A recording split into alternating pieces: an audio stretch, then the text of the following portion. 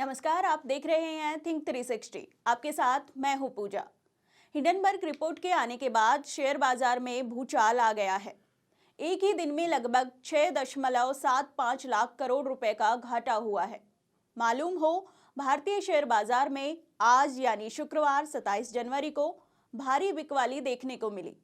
Hindenburg report से मची हलचल यूनियन बजट 2023 के संभावित ऐलानों को लेकर अनिश्चितता और अमेरिकी फेडरल बैंक की बैठक के चलते सेंसेक्स और निफ्टी आज करीब 1.50% तक टूटकर अपने 3 महीने के निचले स्तर पर चले गए।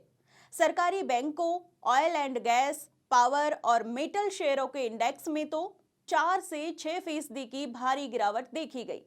बीएसई मिड कैप इंडेक्स 1.2% गिरकर बंद हुआ, वहीं स्मॉल कैप इंडेक्स 1.9% लुढ़क गया। इस गिरावट के चलते निवेशकों में अफरा तफरी का माहौल रहा और उनकी करीब 6.75 लाख करोड़ की संपत्ति आज डूब गई। इसके अलावा बात करते हैं अगली खबर की, तो आरबीआई गवर्नर शक्तिकांत दास ने भारत के करंट अकाउंट डेफिसिट यानी सीएडी से जुड़ी चिंताएं खारिज करने की कोशिश की है। उन्होंने कहा कि सीएडी काफी हद तक प्रबंधन के लायक है और व्यवहार्यता के मानकों के भीतर है। दास ने कहा कि भारत के मजबूत सर्विसेज एक्सपोर्ट्स और भारी रेमिटेंस यानी विदेश से आने वाले धन के कारण वैश्विक स्तर पर मर्चेंडाइज डिमांड में सुस्ती के चलते होने वाले बाहरी घाटे के असर को कम करने में मदद मिलेगी। शक्तिकांत दास ने कहा कि भारत को डीग्लोबलाइजेशन और संरक्षणवाद के दौर में द्विपक्षीय ट्रेड व्यवस्था के दोहन की जरूरत है।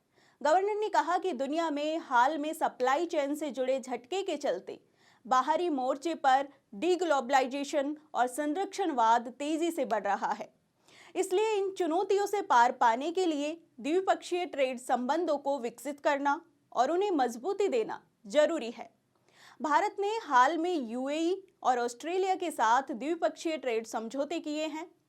कीमतों में बढ़ोतरी यानी महंगाई पर उन्होंने कहा कि भले ही नवंबर और दिसंबर में इसमें कमी आई है, लेकिन महंगाई अभी भी ज्यादा है। बात करें बजट की, तो 1 फरवरी को वित्त मंत्री निर्मला सीतारमण आम बजट पेश करेंगी। इस बीच कई सेक्टर्स को वित्त मंत्री से काफी उम्मीदें हैं। प्राइवेट सेक्टर के कर्मचारियों को भी इस बार काफी उम्मीदें हैं। प्राइवेट कर्मचारियों के लिए नेशनल पेंशन सिस्टम यानी एनपीएस की लिमिट बढ़ाकर सरकारी कर्मचारियों के बराबर की जा सकती है। वहीं सरकार मिडिल क्लास की चिंताओं को दूर करने के उपायों की घोषणा भी कर सकती है। बजट में 20% की मौजूदा दर के मुकाबले 10 से 15% की दर के साथ 8 से 10 लाख रुपए पर एक नया टैक्स स्लैब पेश करने की उम्मीद है। 30% की वर्तमान इनकम टैक्स दर को भी घटाकर 25% किया जा सकता है। और अब बड़ी खबर ओटीटी प्लेटफॉर्म नेटफ्लिक्स की आ रही है। नेटफ्लिक्स के यूजर्स अब एक से ज्यादा मोबाइल में इस प्लेटफॉर्म का इस्तेमाल नहीं कर पाएंगे। अगर वे ऐसी कोई सुविधा चाहते हैं तो इसके लिए उनको अलग से पेमेंट करना होगा। इसके अलावा नेटफ्लिक्स ने अपने प्लेटफॉर्म पर एड सपोर्टेड टियर पेश करने की योजना भी बनाई है।